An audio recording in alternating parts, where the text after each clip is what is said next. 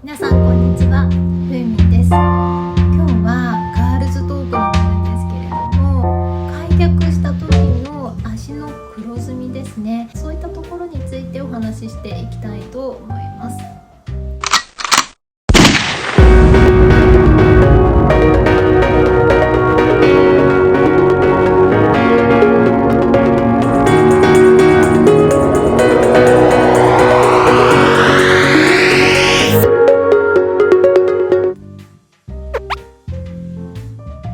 まずポールダンスというのは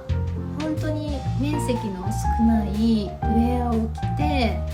そして開脚するトリックが非常にたくさんあります。で、そういった時にですね、あまり人に普段目に触れないような、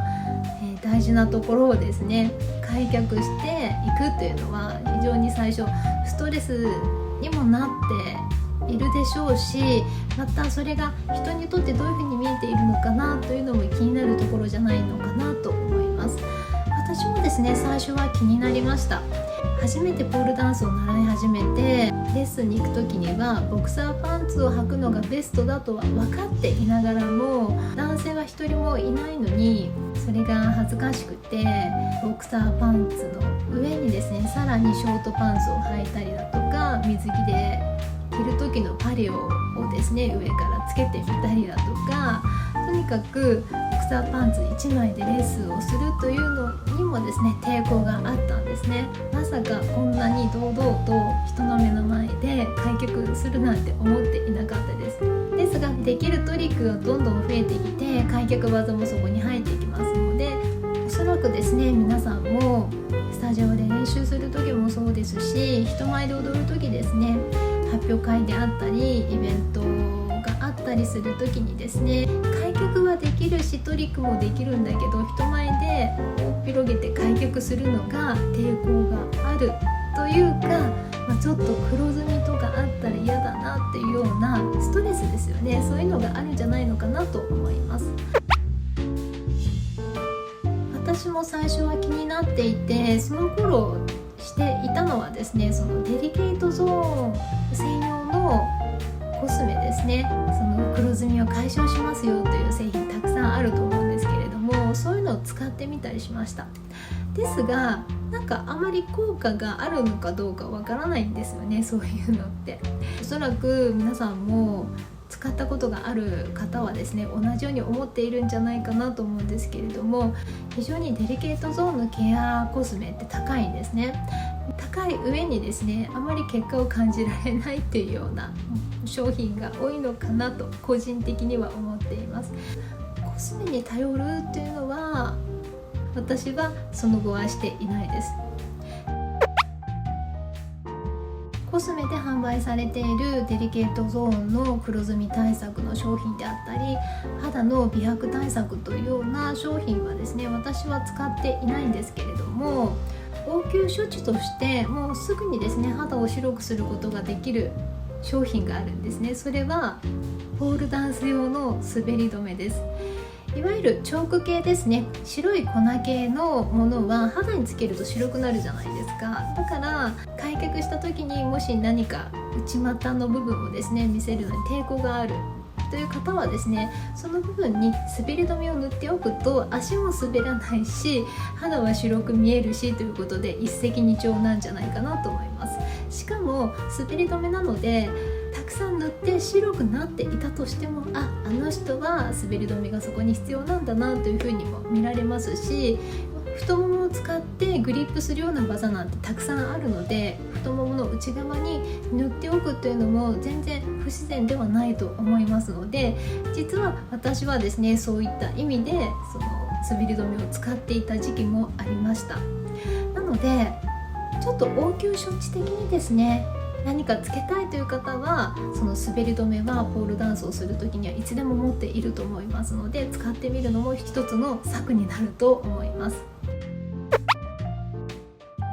で、チョークはですね、結構白すぎるので、その他の策としては同じ成分でできているものとしてベビーパウダーですね。チョークもベビーパウダーも、あと粉系のファンデーションとかも炭酸マグネシウムが主成分というか多く入っているんですけれども、ベビーパウダーだと薄づきなので、そういったものを使うというのも一つの策になると思います。ちなみにこのベビーパウダーは、私はですねポールダンスをする時に汗をかいてしまうと金属アレルギーでブツブツが出てしまうので、体のいろんな部分ですね、ポールに触れるようなところに塗って練習をしたりもしています。このベビーパウダーも黒ずみとか隠すという意味ではですね、太もも以外にもちょっと使えるアイテムになると思います。例えばファンデーションを使ったりすると、その中に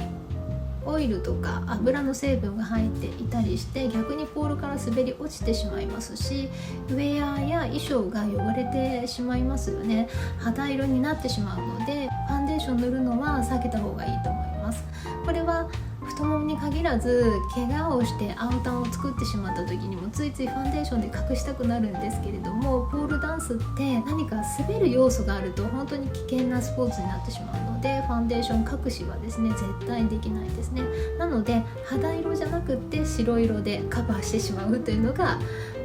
ちょっとした策になるのかなと思います。ですが結局のところ、たくさんのイベントを見てきたりだとかして思ったのは、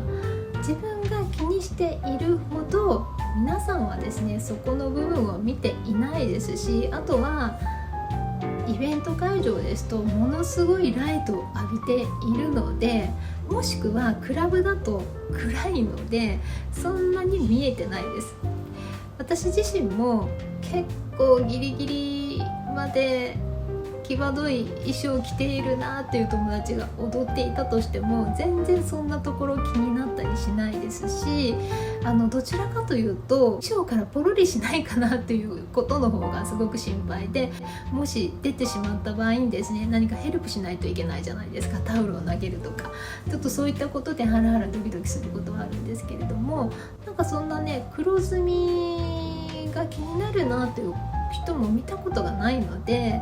あまり自分が気にしているほど人は全く気にしていないと思うので、もう堂々と踊ってしまえばいいと思います。度胸が座ってしまった私はですね、黒ずみなんかより怪我を負ってしまって、例えば青タンはあまりないですかね、擦り傷とかですかね、ドロップしたりしてちょっと擦り傷が残ってしまって貼らなくてもいいんですけれども、発表会であろうがクラブイベントであろうが堂々とバンドエイドをですねその傷のところに貼って踊ったりしています。股関節の部分の黒ずみ対策としては、今現時点ではもう何もしていないというお話にはなってしまうんですけれども、何もしてないとは言っても他のスキンケアと一緒でしっかり保湿をしたりだとか温めていくことでターンオーバーを早めて、そういった黒ずみの対策になると思いますので、あまり深く悩まずにもう練習に集中していただければと思います。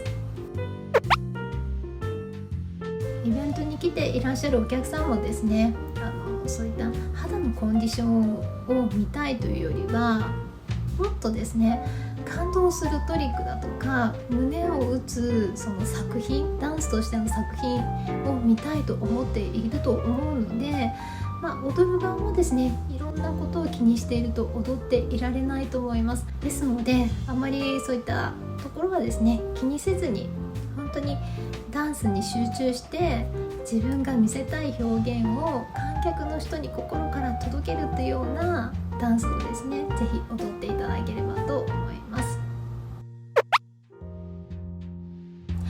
いかがだったでしょうか。今日の動画が面白かった、もしくは参考になったという方はぜひいいねを押していただければと思います。そしてこちらのチャンネル登録の方もよろしくお願いいたします。ではまた他の動画でお会いしましょう。